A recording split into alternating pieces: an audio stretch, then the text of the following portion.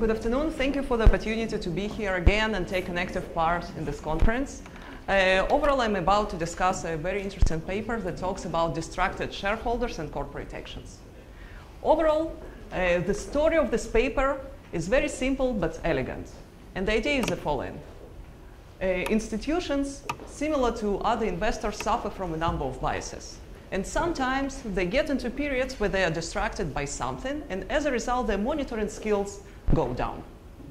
Managers, in turn, take advantage of this situation and try to actively perform certain actions that would benefit managers on expense of existing shareholders. Now, an empirical challenge of a story like this is how do we identify the periods of distraction? And here the authors implement a very interesting and neat methodology which pretty much tells the following. Suppose I'm a food manufacturer manager, and I know that my big investor is currently busy with some boom that is going on in the telecommunication industry. In this case, they will pay less attention to what I'm doing, which will give me a great opportunity to use it and time certain actions that may destroy the value of shareholders on expense of destroy the value of existing shareholders, but benefit me as a manager. So the findings of the paper support the story. And the main finding is that during the periods of investor inattention, managers tend to engage in value-destroying acquisitions. How do we know that those acquisitions are indeed value-destroying? Here, the authors provide us with several pieces of evidence.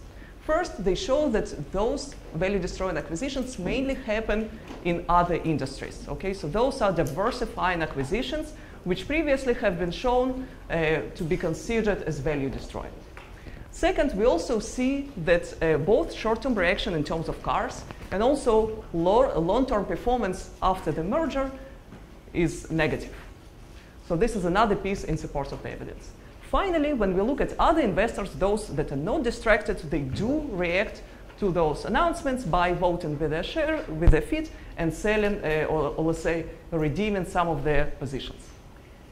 So altogether, those findings support the story of taking advantage of existing situation. In addition to that, there is an additional piece of evidence where they look at something different. They look at grants of stock options that surprisingly happen during at very low prices, again consistent with the idea that managers might do something on expense of existing shareholders. Overall, this is a very nicely written paper. It flows very nicely. It has a bunch of robustness tests, the whole battery, in fact. Therefore, whenever I was reading it, every time I had a comment, most of the times it was addressed later in the paper. Therefore, I will focus on comments that I think were not being answered, which is probably about 20% left. So let me start with the general idea, and after that I'll get more specifically into the measure of distractiveness and also M&As as a tool to express managerial behavior. First of all, I think this is a plausible story. We do know that investors, including sophisticated ones, many times suffer from a number of biases. Therefore, it is plausible that investor inattention would be one of them. Also, if you think about what happens in reality, is that firms and big institutions are in touch. So in reality, I don't think that managers really go through 13F reports of the institutions to see what else they invest in, but they do stay in touch. It happens during conference call when they actively ask questions, and also through personal communications when managers sometimes give a phone either directly to CEO or CFO, or maybe talk to them through investor relationship team to see what's going on. Therefore, whenever those calls do not come or come less often, a manager may know that something is going on, and an investor indeed is distracted by something else. So as a result, I think this is a plausible thing. But this plausibility also creates a disadvantage, because I think that since this is a plausible story, a manager, an investor, would like to structure their operations in such a way that these problems will get, if not eliminated, but at least mitigated to a certain extent. About 10 years ago, when I lived in Israel, I worked in a mutual fund investment company. I was an investment analyst there. I didn't deal with portfolios, but I was in charge of a certain set of stocks, which I had to follow and let portfolio managers know whenever something abnormal was going on. Therefore, I think in reality, this is what's going on in US and maybe on a broader scale, since institutions there are bigger and probably the structure is more hierarchical. So because this is a plausible thing, probably it would be important for institutions to allocate enough human resources to mitigate those problems, so the case of inattention will not really affect the performance of the funds. Since I'm talking here about the type of institutions, let me bring up another comment. Overall, this paper looks at all institutions as a homogeneous group. In fact, this is not the case. For example, previous literature has shown that mutual funds are considered as investors that have better monitoring abilities.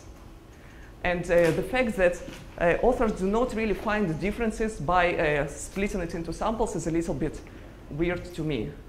Also, additional things that I think it's important to consider is other characteristics of funds that relate to their monitoring abilities. For example, what is the investment horizon, long-term versus short-term? Do they have active strategy or they passively follow the index?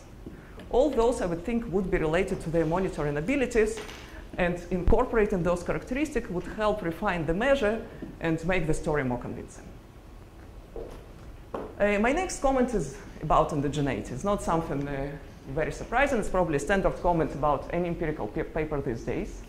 Overall, authors devote a lot of attention to thinking about indigeneity issues. They do include industry fixed effect, quarter fixed effect, for robustness firm fixed effect. As a result, a lot of potential stories, such as, okay, maybe we have bad managers who don't know how to diversify, and as a result, they invest in bad firms that don't know how to conduct mergers and acquisitions. Those stories will probably not fly. But it is still possible, I think, to think about certain factors that vary over time and correlate both with performance of the funds and also with what's going on with the firm itself. Okay? Because overall, if you think about it, the matching between institutions and the firm that they decide to invest in is not random. Okay? And one story that I could think may still fly would be the story of risk. Think, for example, about an institution that chooses to invest in risky industries, but also within the industry goes for riskier firms. In this case, probably it will appear more distracted, okay, because more volatile industry will have high probability to be top or worst performing one. But at the same time, more risky firm may use a market fluctuation as an opportunity to invest.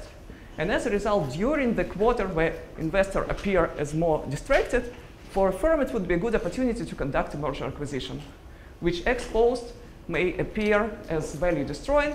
I have some idea. The authors do control for risk, but I suspect that it still may fall through, because if the merger is diversifying, then there may be a systematic change in beta of the assets, and as a result, in the regression setting, I'm not sure how it works out. Okay, now let me give a few specific comments about the measure of distraction and also M&As.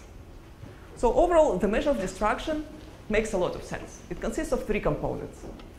The first one is an indicator of extreme industry. At every quarter, all industries are sorted, and the top and worst performing one are considered the ones that are distracting. Now, in addition to that, they use the weight of those industries in investor portfolio to estimate to what degree the investors are distracted. Finally, the last component captures the importance of fund-firm pair. And the idea here is the following. They look, one component is how important the firm is to the fund, and it is captured by the market cap. On the other side, they also look at the fraction of the shares of the firm that a certain investor holds. And altogether, they use some kind of aggregate that shows how important this lead is. So my comments on this is the following. First of all, the measure does not account for inflow and outflow into the funds. And again, from the practical perspective, this is really distracting. If all of a sudden there is a bad day where everyone, let's say, especially let's say for a mutual fund, when investors are redeeming their positions, it's very difficult to match it, and it would be very distracting. And so it's not in the measure. Second, the way the distraction measure is constructed, it does not allow for situations such as business as usual. Technically, mechanically, every quarter, one industry will be the best performing and one worst performing. Now, in the real life, many times we have situations where nothing extreme is going on. Okay, S&P has a return of 2%, the best performing industry has a return of 2.05%. Okay, it's not extremely distracting, but mechanically, a situation like this is not allowed in the measure. Finally, there are some situations where the measure would show more distraction. For example, if an institution were to actively buy more shares, in this case, this W would go up, but obviously the investor is not distracted. Second, it is influenced by the past performance. Whenever market cap goes up, the weight will be higher, and so will the measure of distraction. My next comment is about M&A, which is a way to express, which is how managers would try to maximize their utility on expense of existing shareholders. And here my question is, why necessarily M&As? Okay, so those are mice that go to play. These are mice with a lot of chutzpah, if you think about it. Because M&A is an event that does not happen often for many firms.